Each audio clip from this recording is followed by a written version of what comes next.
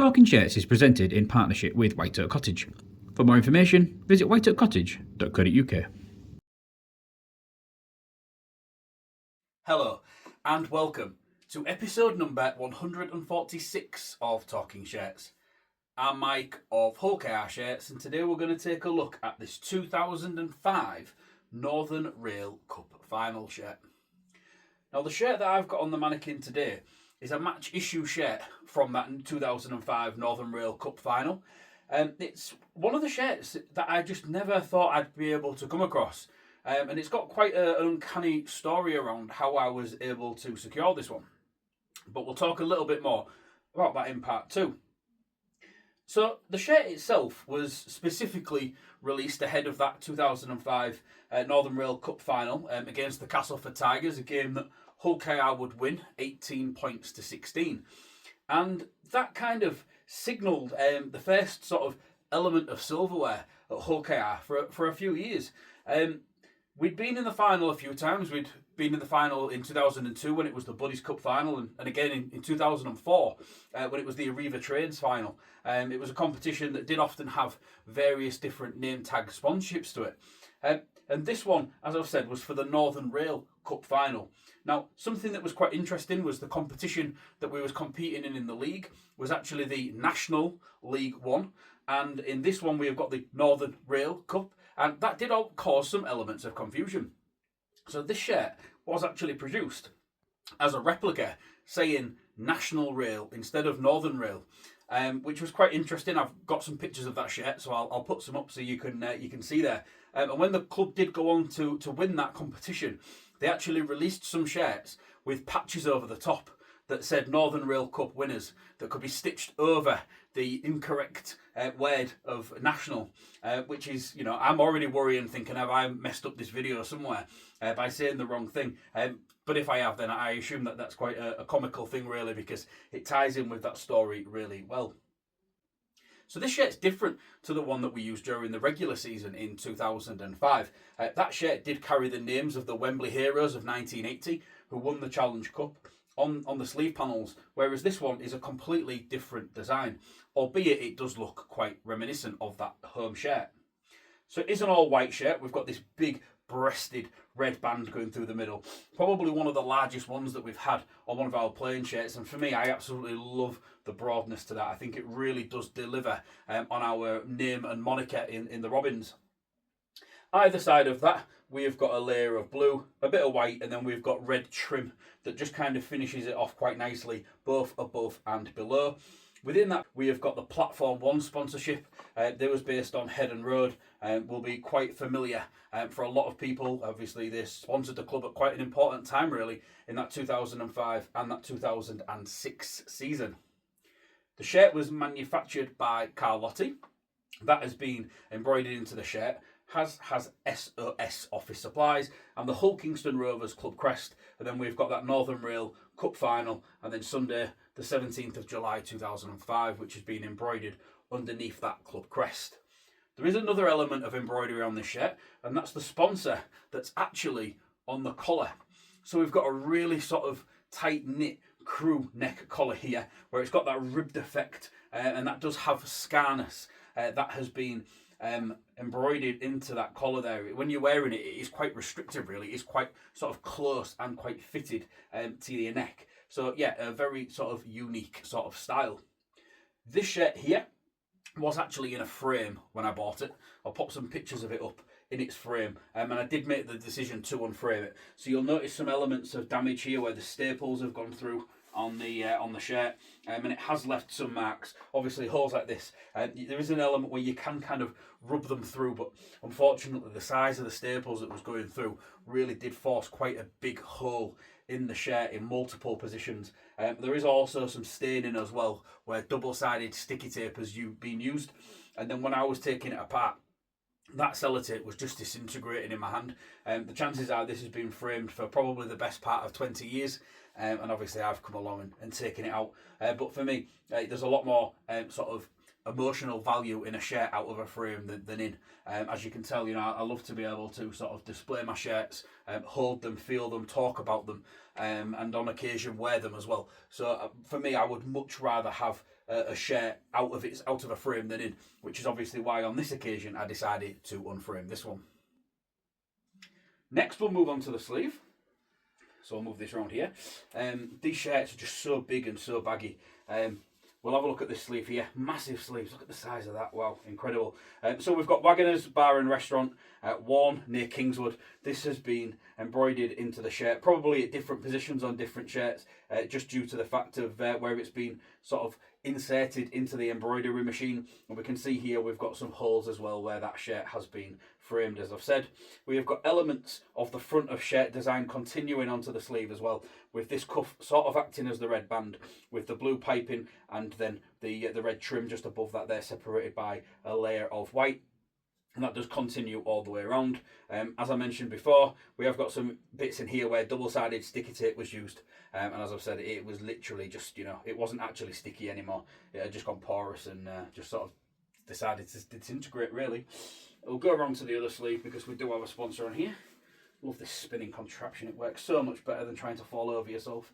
And on this side here, we have got intellectual print again that has been embroidered into the shirt. There's a slight little bit of fading going on to there, so the white behind that red embroidery there. But yeah, same again. We've got a couple of holes up here, and then we've got some continuation of that design that we saw on that left sleeve on the right one too. And again in here, we've got a little bit of that sticky residue which has been left behind from that double-sided sticky tape. So before we spin it round and have a look at the back of the shirt, talk a little bit about the number that's on the back of the shirt and the game itself, here is a quick word from our sponsor. White Oak Cottage is a 2-bedroom luxury holiday cottage set in the stunning Lincolnshire Wolds.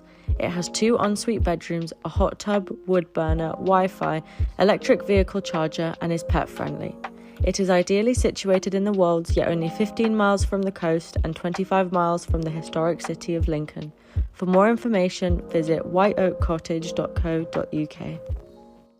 Welcome back to episode number 146 of Talking Shirts. Before the break, we was talking our way around this 2005 Northern Rail Cup final shirt, and now we are back with the reverse. So as you can see here, it's a very sort of clean looking back. We do have a few sponsors on here to talk about. Well, I say a few, there's one really, isn't there? Because the one at the bottom is just additional branding. So we've got DMQA Rail. They are featured on the back of this shirt, but they also featured on the front of the 2006 away shirt. So those guys obviously did spend a couple of years sponsoring Hull KR. And then at the bottom we've got Pride of East Hull.